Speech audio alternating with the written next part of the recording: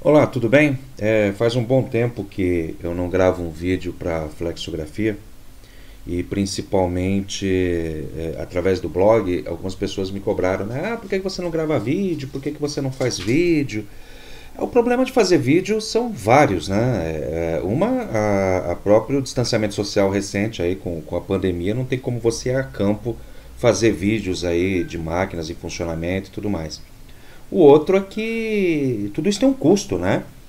E infelizmente, está explicado no blog lá, quem tiver curiosidade de ler, infelizmente esse custo não tem quem banca, né? E quando você faz as coisas, conhecimento tem um preço, né? Claro. E quando você faz alguma atividade, realiza alguma atividade, você quer pelo menos empatar nos custos, né? Então, esse é um dos motivos que eu não estou gravando vídeos. Mas como alguns ainda me pediram aí para dar um auxílio, poxa, a gente tá aí jogado para as traças, né, sem ninguém dando apoio, não tem consultoria mais, não tem mais nenhum tipo de evento no setor, a gente não pode mais trocar ideia, não tem conhecimento e não tem ninguém com responsabilidade que fale com propriedade sobre a flexografia, que realmente se dedique como você se dedica. Não dá para você fazer algum vídeo. Então por isso eu vou começar a fazer alguns vídeos aí para tentar orientar esse pessoal, tá bom? Vamos lá, como eu falei que a gente vai gravar alguns vídeos, eu vou começar pelo começo, como diz o outro, né? Eu não vou falar o que é flexografia, onde ela surgiu, que ano ela surgiu, por que o nome é flexografia e tudo mais. Caso vocês escutem um barulhinho de fundo, no blog também está explicado, né? Quando você vai gravar vídeo, você precisa de um lugar tranquilo para gravar. E eu tenho algumas cachorras. E provavelmente, se escutarem algum barulho de fundo aí, são as cachorras aí latindo e perseguindo algum gato aqui do vizinho, tá bom? Então vamos lá. Voltando à realidade. Não adianta eu falar sobre flexografia, quando surgiu, quando não surgiu, que isso aí é interessante, mas é cultura inútil, né? Vamos pensar dessa forma. Porque você vai ter o conhecimento, mas ele não leva do nada a lugar nenhum. O que você quer saber é como é que é, o que é a flexografia na realidade, do processo flexográfico, como ele funciona, o que ele funciona. Então, antes de mais nada, a primeira coisa que tem que explicar é o que é um grupo impressor, né? Eu não sei se vocês vão conseguir ver o meu mouse aí, né? Mas um grupo impressor típico, esse desenho foi feito por mim num software de desenho paramétrico, né, 3D. É um software de engenharia. Se você desmontar isso e mandar para uma indústria mecânica, ele vai conseguir construir um grupo impressor desse, porque ele tem todas as dimensões, tudo direitinho. Isso aqui é uma montagem, né, que é um assembler que a gente chama, em desenho 3D paramétrico. Isso é um assembler, né, são todas as peças aqui reunidas de um grupo impressor típico de flexografia de banda estreita. Veja, existem várias configurações de grupos impressores. Este é um tipo de configuração, a configuração mais simples e mais antiga que se conhece dentro do mercado brasileiro, tá? Então, esse grupo impressor ele é formado, não sei se vocês conseguem ver meu mouse, pelos manípulos aqui, né? Meu mouse está em preto aqui, correndo aqui, os manípulos, que são essas rodinhas cinzas escuras aqui com parafuso, um fuso aqui, que fazem o movimento tanto do grupo impressor, né, para pegar o grupo impressor, mover ele, que é o de baixo, né, que vai mover o grupo impressor em direção ao contrapressão e o papel, vai fazer a impressão, né, vai dar um pequeno toque de impressão. E o outro de cima, que é o outro manípulo, que ele faz a tomada de tinta, né, que ele leva a tinta, né, quer dizer, o contato do anilox, que está aqui, com o clichê, está montado no porta-clichê aqui. Tá? E embaixo aqui, onde dá para ver no meu mouse aqui, você tem dois pinos que travam o grupo impressor para que ele não se movimente, nem por trepidação da máquina, nem por velocidade, e para que ele se mantenha fixo no lugar, tá bom? Essa base aqui, a gente chama de trilho, né? Não tem muito o que falar dessa base, ele é um trilho, ele é formado, normalmente é feito por rabo de andorinha, né? Rabo de andorinha é um desenho mecânico que tem o formato trapezoidal, e isso faz com que o registro, né, a movimentação seja, além de ser mais suave, mais, digamos, ajustada, né? Ele não tem muita variação, ele ajusta bem, né? Então ele mantém esse sistema preso através desse ponto, mantém esses trilhos presos aqui e não se movimenta, tá? Aqui é a base do carrinho, normalmente se chama de carrinho de impressão, esse grupo impressor, tá? Esse manípulo aqui tem dois, né, um de cada lado, né? Tudo que você vê num grupo impressor, normalmente você tem de ambos os lados, do lado direito e do lado esquerdo, né? Aqui é o lado da engrenagem, não dá para ver, mas aqui atrás tem duas engrenagens, uma para o Anilox, na realidade nesse grupo impressor está na frente, mas grupos impressores mais novos estão atrás, aqui, são as engrenagens que estão atrás, e aqui você tem o ajuste, né? Onde você, girando para frente, por exemplo, né, o sentido horário, você vai fazer com que este rolo pescador ou tomador ele entre em baixa pressão com o Anilox que está em cima.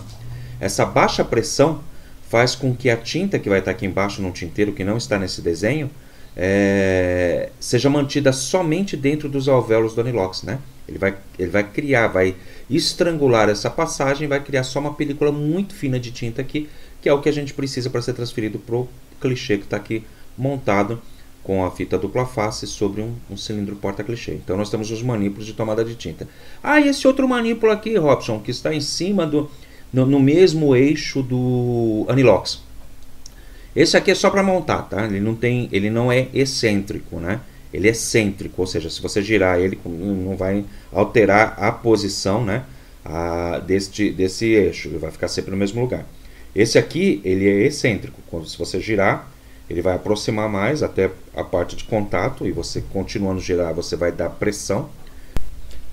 Vamos lá, conforme você gira, isso aqui sentido horário, por exemplo, você dá mais pressão, sentido anti-horário você dá menos pressão. Isso faz com que a película seja aqui regulada, tá? Aqui a gente tem uma torre, né? A gente tem duas torres, né? Uma base onde você monta o porta-clichê, o rolo pescador com o Anilox e respectivas engrenagens, e você tem uma torre onde você vai montar aqui, né? Você solta esses dois parafusos, você tira essa capa, né, do rolamento e você monta aqui o porta-clichê, tá bom? Então o grupo impressor típico criado pelo carrinho de impressão, que a gente chama o grupo impressor a gente chama de carrinho. Manípulos de ajuste, né? Manípulos de ajuste de aproximação e afastamento de impressão e tomada de tinta. Manípulos de regulagem de tinta, né? Para você regular a tinta junto à espessura da tinta, né? A película de tinta junto ao Anilox, né? A torre de impressão, e dessa forma a gente consegue realizar a impressão aí. Então, um grupo típico de impressão flexográfica, ou carrinho de impressão, ele é formado pelos manípulos de tomada de impressão e pressão de tinta, né?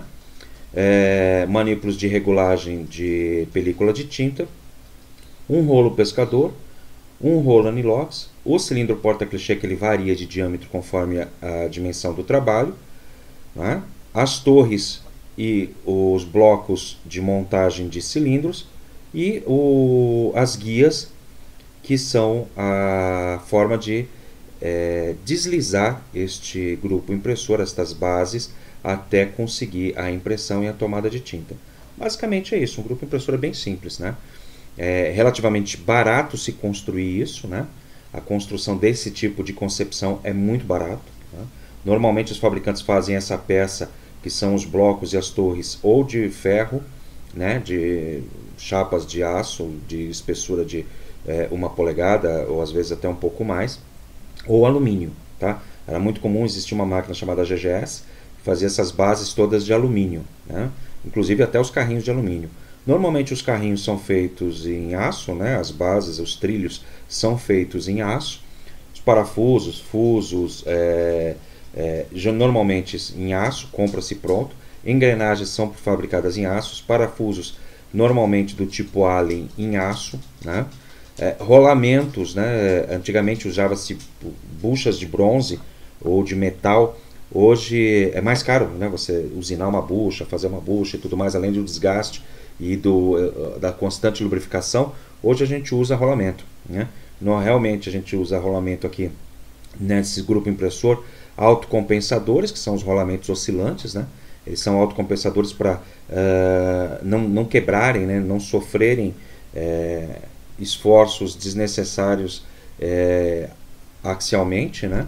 Então, quando você coloca esses rolamentos, eles compensam pequenas diferenças no alinhamento e assim mantém girando, funcionando, sem desgastar a ponta do eixo e sem destruir o próprio rolamento. Então sempre tem que ser rolamento autocompensador aqui. Ah, mas eu vou colocar de um lado o rolamento fixo, né, normal, série 6200, e aqui eu vou colocar o 1202, por exemplo. Não, não funciona, porque um lado ele vai compensar, o outro vai ficar fixo. E aí você vai ter um desgaste prematuro nas pontas dos eixos, tá bom? É isso aí, um grupo impressor é isso aí. Basicamente, é desta forma que se monta a concepção de um grupo impressor. Espero ter ajudado e a gente fica aí para o próximo vídeo, que a gente vai tratar de um outro assunto relevante aos equipamentos e à flexografia.